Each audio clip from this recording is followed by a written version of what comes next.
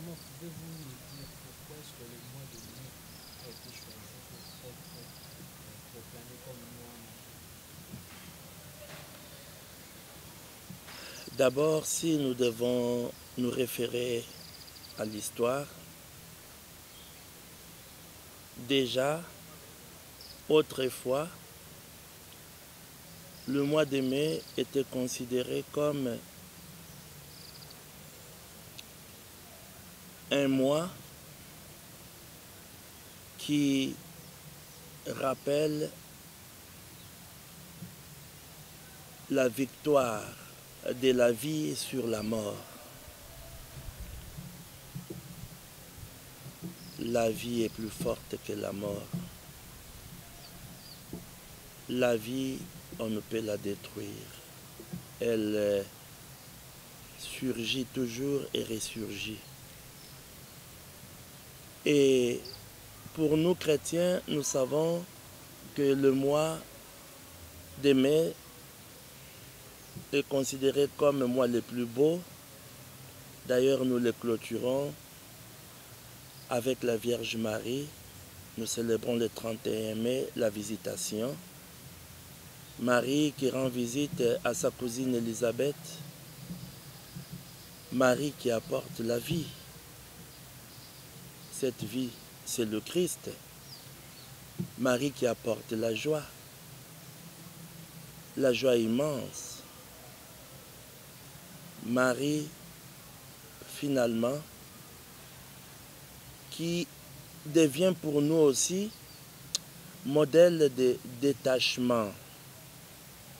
Elle s'oublie et pense à l'autre, à sa cousine. Et elle va chez elle pour l'aider, lui rendre service dans les travaux ménagers. Je parle de la vie, moi lié à la vie, mais moi lié aussi à la beauté. Si on associe le mois de mai à Marie, voyons d'abord la beauté de Marie. Quand je parle de la beauté de Marie, je vois sa sainteté. Marie qui est l'Immaculée Conception.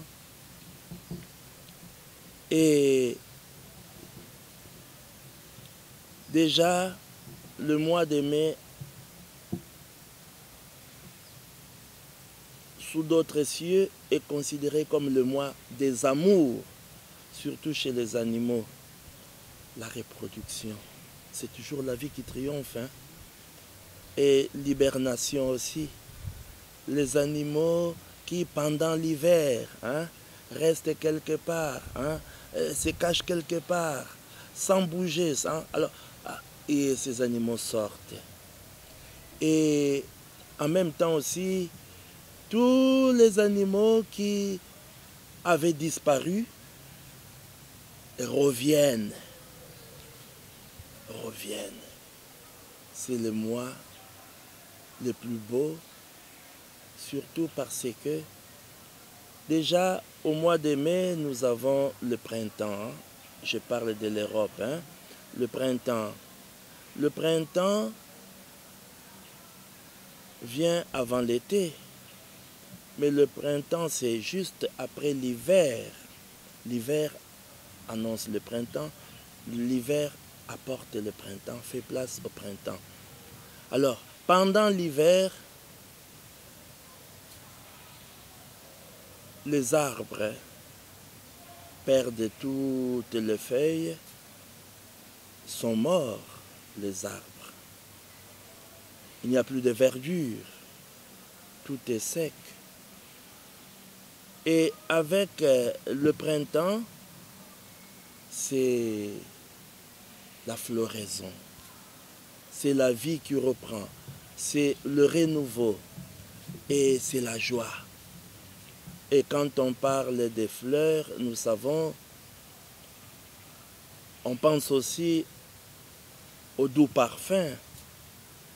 Et c'est comme pour dire, avec Marie, c'est le renouveau qui entre dans le monde, c'est la vie qui fait son entrée dans le monde, c'est la joie.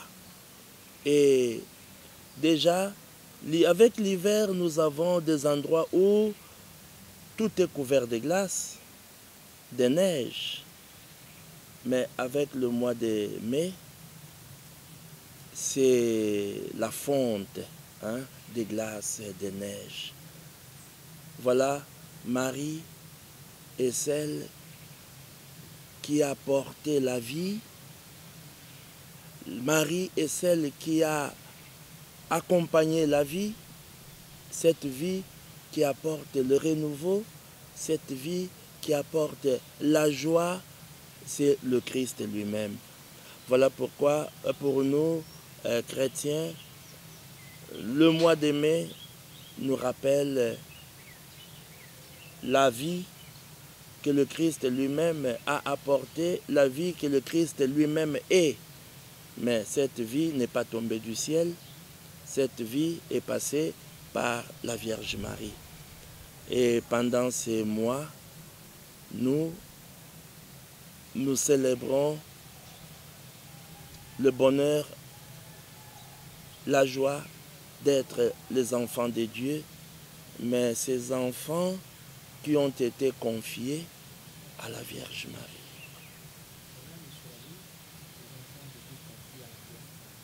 Ces enfants-là, pendant cette période, quelle attitude doivent-ils adopter? Comment peuvent-ils se comporter pendant cette période-là? Pendant cette période, les enfants qui ont été confiés à Marie, les enfants de Dieu, confiés par le Christ lui-même, bien sûr, au pied de la croix. Mais pendant ces mois de Marie, ils intensifient leurs prières parce que aujourd'hui,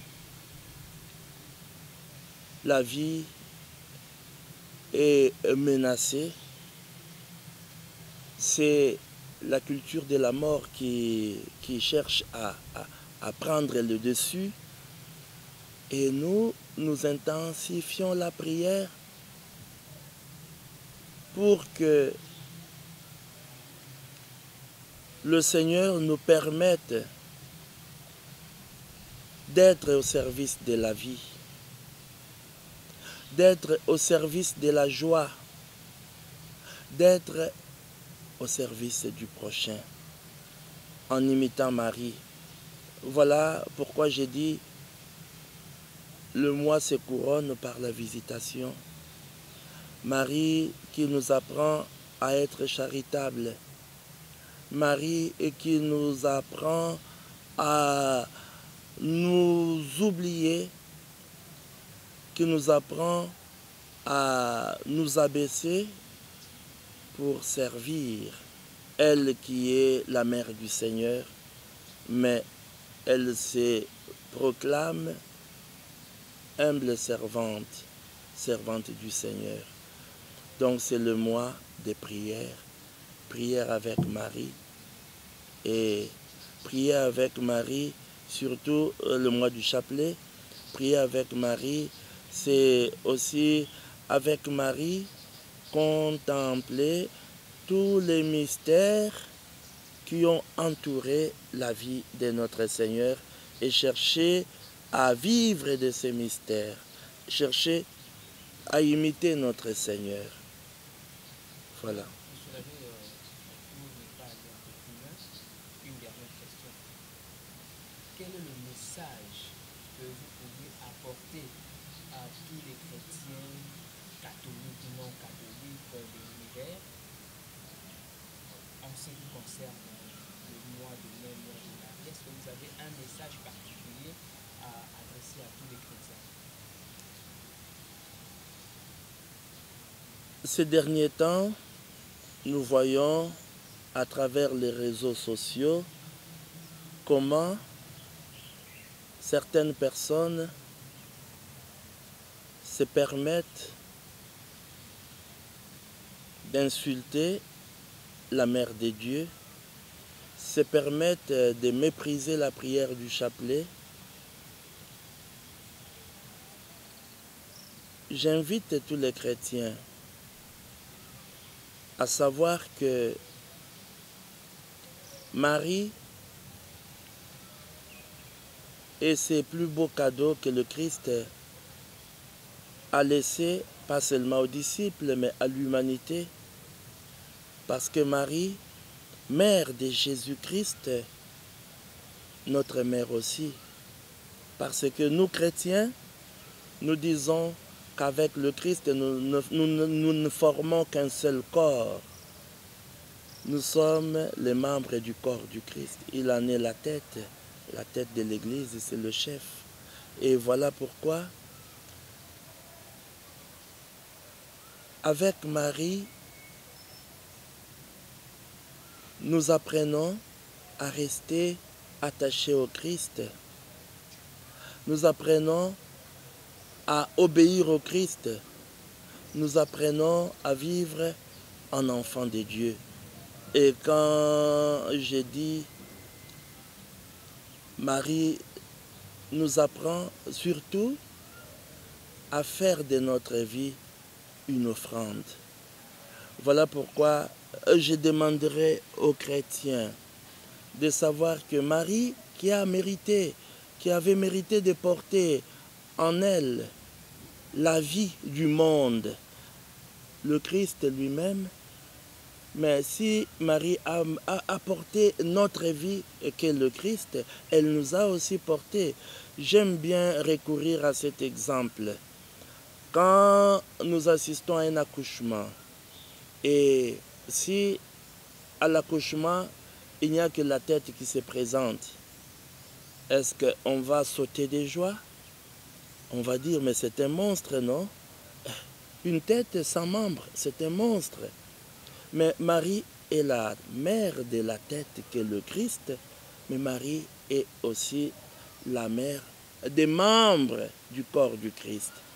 Et c'est la tête qui sort en premier, le Christ qui entre dans la gloire, et nous le suivrons. Donc celle qui est la mère de la tête est aussi la mère de tous les membres. Voilà pourquoi Marie, qui est notre mère, Marie nous apprend à vivre attachés au Christ. Nous ne pouvons pas vivre séparés du Christ. Sans le Christ, nous ne pouvons rien faire. Voilà pourquoi pendant ces temps, Marie nous invite à l'obéissance de la foi, nous invite à la charité, nous invite surtout à l'amour. Merci beaucoup, M. l'abbé. Hubert Kakawa, je rappelle que vous êtes prêtre de l'archidiocèse de Kinshasa, curé de la paroisse Sainte-Anne. Je crois que nous pouvons revenir ici le 31 mai pour parler de notre sujet. Cette fois-là, ça sera la visitation de Hubert. Merci. Merci, Joël.